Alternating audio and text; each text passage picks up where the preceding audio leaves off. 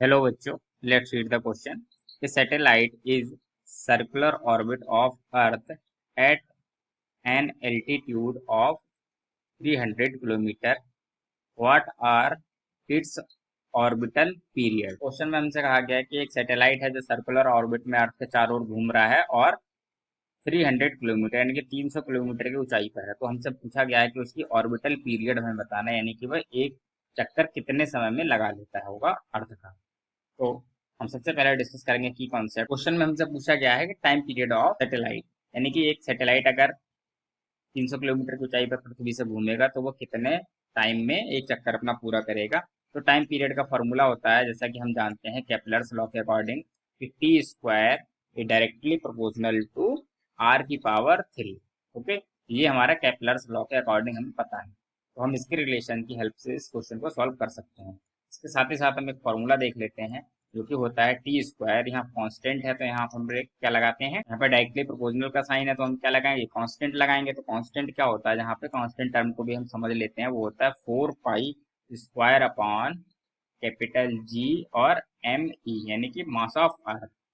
ये होता है हमारा कांस्टेंट टर्म और इधर आर की पावर 3. ठीक है, तो ये वो फॉर्मूला है जिससे हम इस क्वेश्चन को सॉल्व कर सकते हैं. अब हम देखते हैं सोल्यूशन क्वेश्चन का. क्वेश्चन में जैसे कहा गया है कि जैसे हम मान लेते हैं ये है हमारी अर्थ और इसके चारों ओर 300 किलोमीटर की दूरी पर एक सैटेलाइट इसका चक्कर लगा रहा है एक सर्कुलर ऑर्बिट में.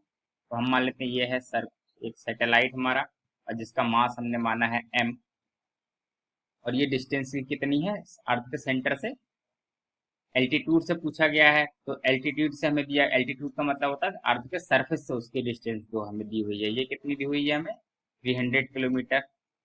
और अर्थ की रेडियस हमें पता है कैपिटल आर की वैल्यू कितनी होती है, जो कि होती है 6.38 इंटू 10⁻6.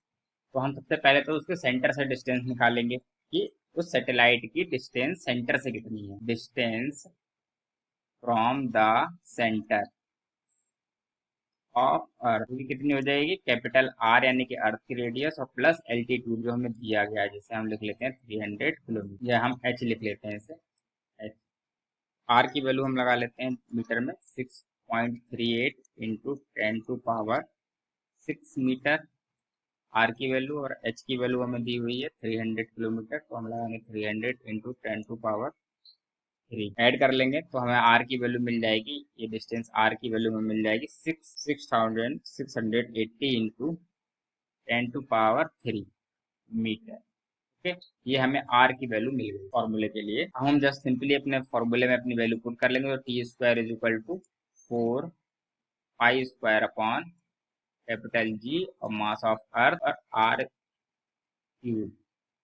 वैल्यू पुट करेंगे तो हमें मिल जाएगा 4 पाई की वैल्यू 3.14 का स्क्वायर अपॉन जी की वैल्यू 6.67 इंटू 10⁻11, और मास ऑफ अर्थ क्या होता है 5.98 10⁻24 हो गया हमारे पास ये पूरा टर्म. और आर की पावर 3, तो आर की पावर 3 हम करेंगे तो 6680 इंटू 10⁻3 और पूरे की पावर 3. ओके, अभी एक सिंपली कैलकुलेशन है, इसे हम कैलकुलेट कर लेंगे तो हमारे पास आ जाएगा 5421.36 सेकेंड. तो ये हमें टी की वैल्यू मिल जाएगी. उसका हम जो हमें कैलकुलेशन आएगी, जो कैलकुलेट करके वैल्यू आएगी उसका अंडर रूट भी कर लेंगे. तो ये हमें टी इज इक्वल टू ये वैल्यू मिल जाएगी सेकेंड्स में. अगर हम इसे मिनट में कन्वर्ट करना चाहें तो हम इसे 60 से डिवाइड कर लेंगे और टी की वैल्यू हम मिनट्स में लिख सकते हैं 90.35 minutes. This is our answer. I hope you understood very well. Thank you.